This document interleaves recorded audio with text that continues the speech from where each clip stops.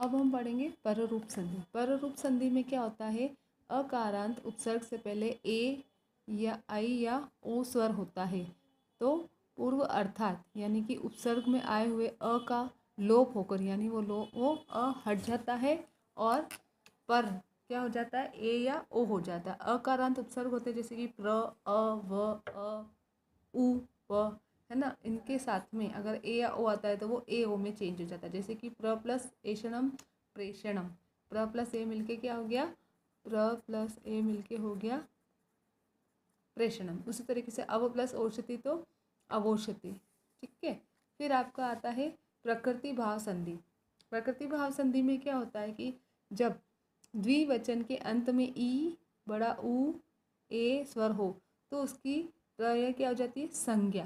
प्रत्यय इसमें क्या होता है, प्रत्यय संज्ञक वर्णों के बाद में अगर कोई भी स्वर होता है तो वो संधि नहीं होती है। ठीक है, इसमें से द्विवचन के बाद में अगर ये आता है तो उसकी वो क्या हो जाती है, संज्ञा हो जाती है।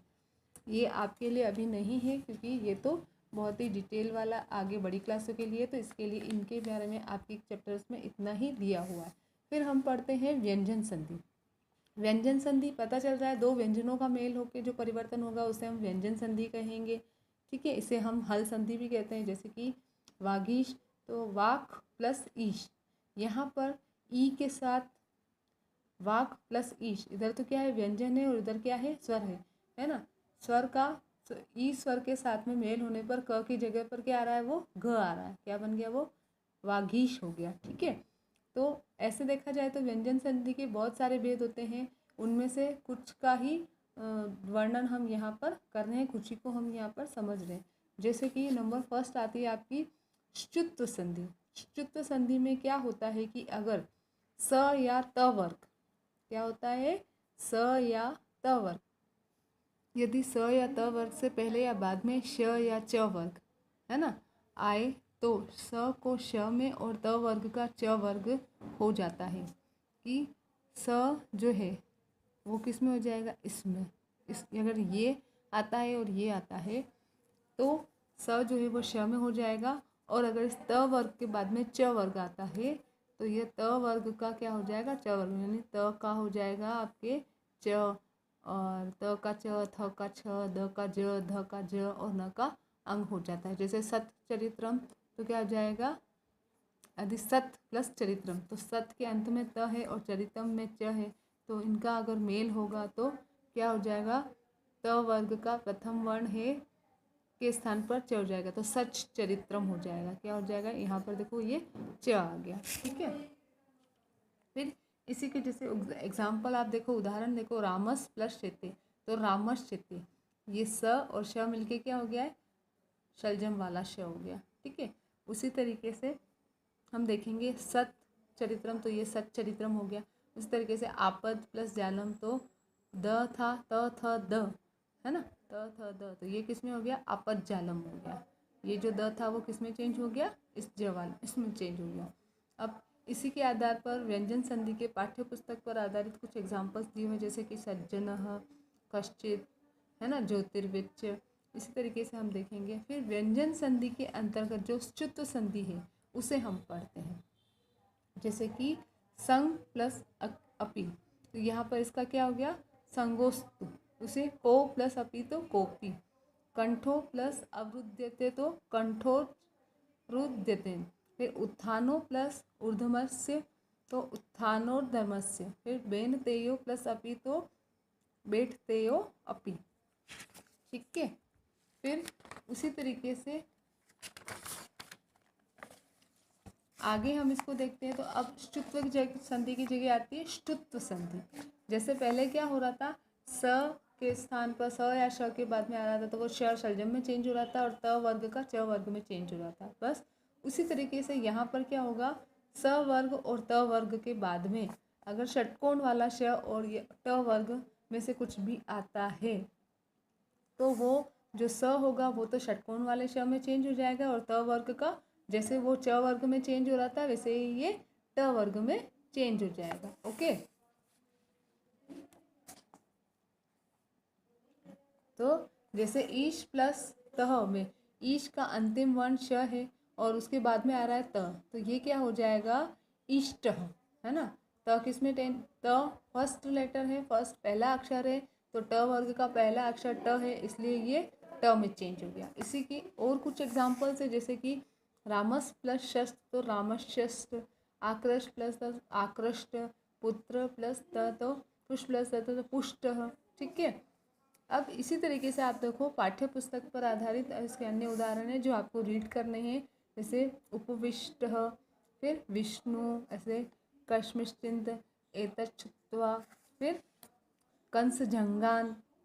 तो इस तरीके से आपको ये सारे बच्चों आपको फिर से रिवाइज तो आपको करना ही पड़ेगा इस चैप्टर को, और आपको अच्छे से रीड करना ही पड़ेगा। आपको इसको एक बार मेरे पढ़ाने के बाद में एक बार आपको फिर से इसको रीड करना पड़ेगा, और कुछ भी आपको लगता है नहीं समझ में आ रहा है तो आप इसमें पूछ सकते हैं। ओके, फिर हम पढ़ते हैं। अब इसमें तो देखो क्या है, श्चुत्व संधि और ष्टुत्व संधि, उसके अलावा अनुनासिक संधि भी है, अनुस्वार संधि भी है, परस्वर्ण संधि भी है, लेकिन आपके सिर्फ इसमें पाठ्य पुस्तक में जो एग्जाम्पल है सिर्फ वही दिए हुए हैं। ओके, फिर हम पढ़ते हैं विसर्ग संधि। विसर्ग संधि में क्या होता है, विसर्ग के साथ कोई भी स्वर या व्यंजन जब मिलता है और जो चेंज होता है तो उसे हम कहते हैं विसर्ग संधि। आपको ये बात ध्यान रखना है कि विसर्ग किसी न किसी स्वर के बाद ही होता है। इसमें हम पढ़ते हैं सत्व संधि। सत्व संधि में क्या होता है, विसर्ग के स्थान में स होता है। सत्व संधि यानी विसर्ग के स्थान में क्या होता है, स होता है। और अगर विसर्ग के बाद क ख च छ ट ठ यानी हर वर्ग का क वर्ग से लगाकर म वर्ग तक पहला या दूसरा अक्षर, पहला या दूसरा वर्ण क ख च छ ट ठ त थ प फ और श श और स आए तो उस विसर्ग की जगह पर आपका हो जाता है स। जैसे नमः प्लस ते तो त आया तो नमस्ते हो गया। ऐसे क प्लस क तो कस्क हो गया। इसी तरीके से हरि प्लस त्राता तो क्या हो गया, हरिस्त्राता। ऐसे रामः प्लस तत्र तो रामस्त्रतः, इतः प्लस ततः तो इतस्ततः। ठीक है, विसर्ग तो हट गया और वहाँ पर क्या हो गया, स हो गया।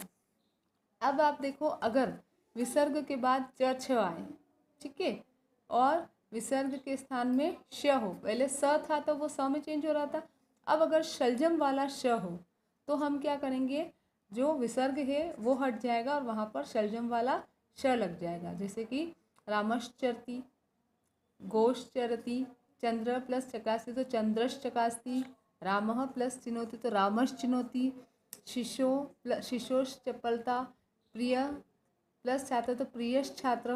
ठीक है, अब आप आगे और देखेंगे इसमें, तो जैसे कि एक बार हमने देखा क ख च छ ये कुछ भी आए और स आए तो वो स में चेंज हो जाएगा, और अगर च छ विसर्ग के बाद च छ आए तो वहाँ पर क्या हो जाता है, शलजम वाला श हो जाता है। अब नंबर 3 पे ये नियम है कि विसर्ग के बाद क वर्ग, ट वर्ग, प वर्ग, याद रखना इसमें क वर्ग च वर्ग नहीं है, ट वर्ग है, फिर त वर्ग नहीं है और प वर्ग है, इनका पहला या दूसरा अक्षर हो तो, या फिर क्या हो, षटकोण वाला श हो तो विसर्ग की जगह विसर्ग हट जाएगा और वहाँ पर षटकोण वाला श हो जाएगा। जैसे कि धनुः प्लस टंकार, अब धनुः विसर्ग आ रहा है, उसके बाद में ट वर्ग में से आ रहा है तो ये क्या हो गया, धनुष टंकारः। ऐसे चतुः प्लस कपाल तो चतुष कपालः, रामः प्लस टीकते रामश टीकते। ये देखो, अगर इसमें से सिर्फ क वर्ग, ट वर्ग और प वर्ग, इन्हीं का पहला दूसरा अक्षर होना चाहिए। ठीक है, फिर इस एग्जाम्पल को आप और आगे रीड करेंगे। उसके बाद आती है आपके रुत्व संधि। क्या आती है, रुत्व संधि। रुत्व संधि में क्या होता है, सस जुशो रु कि पद के अंतिम में यानी पद के लास्ट में स का क्या हो जाता है, रू होता है, तथा सजुष शब्द के श को भी रू होता है। यदि विसर्ग के पहले, अगर विसर्ग यानी ये विसर्ग है, इसके पहले अ या आ को छोड़कर कोई दूसरा स्वर हो, यानी कि यहाँ पर क्या है, ऊ है ना, अ या आ नहीं हो, विसर्ग से पहले अ या आ नहीं हो तो, और विसर्ग के बाद में कोई भी स्वर या व्यंजन वर्ग का तीसरा, चौथा या पांचवा वर्ण हो, यानी जैसे कि तीसरा, चौथा या पांचवा वर्ण हो। तीसरा जैसे होगा तो क्या हो जाएगा, विसर्ग किस में चेंज हो जाएगा, र में चेंज हो जाएगा। जैसे कि हरिह प्लस अवसदत, है ना, अवदत, तो इसमें हरि के री में विसर्ग से पहले क्या आ रहा है, ई आ रहा है, अ में से कुछ भी नहीं आ रहा, और बाद में क्या आ रहा है, अ, तो इस विसर्ग का क्या हो जाएगा, इसमें र होगा, हरिर वदत। ठीक है। जैसे शिशु प्लस आगच्छत तो शिशुरागच्छत, वधु प्लस एष्या तो वधुरेष्या, दु प्लस अवस्था तो दुर्वस्था, वर्ष शते प्लस अपि तो वर्ष शतेरपि, फिर पितु प्लस इच्छा तो पितुरिच्छा, जन्मभूमि प्लस अस्ति तो जन्मभूमिरस्ति, प्रकृति प्लस अस्ति तो प्रकृतिरस्ति। ठीक है। अब उसी तरीके से हम आगे देखेंगे कि विसर्ग संधि के अंदर क्या होता है, सत्व संधि। सत्व संधि में क्या, देखो इसमें कौन कौन सी होती है, विसर्ग में सत्व संधि है, सत्व संधि को ही इन्होंने समझाया है। उसके बाद आपके आती है रुत्व संधि। ठीक है। अब विसर्ग संधि के अंदर ही हम देखेंगे कि विसर्ग संधि में सत्व संधि कैसे होती है और रुत्व संधि कैसे होती है। जैसे कि संतः प्लस तथेव। अब यहाँ पर आप देखो, ये संतः है ना, इसके पहले अ आ रहा है, क्या आ रहा है, अ, यानी कि ये स्वर आ रहा है, इसलिए ये र में चेंज नहीं होगा, यहाँ पर स ही रहेगा, तो संतस्तते। फिर महालंब प्लस तले, तो यहाँ पर अ आ रहा है तो महालंबस तले हो जाएगा, विसर्ग का क्या हो जाएगा, स, स्लेट वाला सा। फिर सप्त वर्णा प्लस च होगा, तो यहाँ पर आ गया, तो सप्त वर्णश्च हो गया, क्या हो गया, सप्त वर्णाश्च। फिर उसके बाद में विसर्ग संधि के अंतर्गत अब आप देखो रुत्व संधि। यहाँ पर आपने देखा अ आ रहा था तो क्या हुआ, र में वो चेंज नहीं हुआ। ठीक है। फिर उसके बाद में सत्व संधि में हमने देखा था। अब रुत्व संधि में हम देखेंगे तो क्या होगा, लाकृति प्लस यथा तो लाकृतिर यथा, निह प्लस असार्यत तो निर्सार्यत, निह प्लस आदिशत तो निर्दिशत। ठीक है। इस तरीके से तो यहाँ पर आपका ये जो संधि वाला जो चैप्टर है वो ओवर होता है। यहाँ पर आपका ये चैप्टर ख़त्म होता है। आपको घर पे एक बार अगेन फिर से इस चैप्टर को फिर से पूरा रिवाइज करना है। ठीक है। और अगर आपको कुछ भी समझ में नहीं आता है तो आप पूछ सकते हैं। अब आपके यहाँ से क्वेश्चन आंसर स्टार्ट हो रहे हैं, अभ्यास, और आपके क्वेश्चन आंसर्स के जो आंसर्स है वो इस बुक में ही दिए हुए हैं, तो आपको यहाँ से देखकर आपको अपनी कॉपी में कॉपी करने हैं सारे, यहाँ से देखकर आपको अपनी कॉपी में लिखने हैं अभ्यास। ठीक है। और फिर सबके आंसर्स यहाँ पर दिए हुए हैं और आपको इसी चैप्टर को फिर से रिवाइज करना है। Okay, thank you.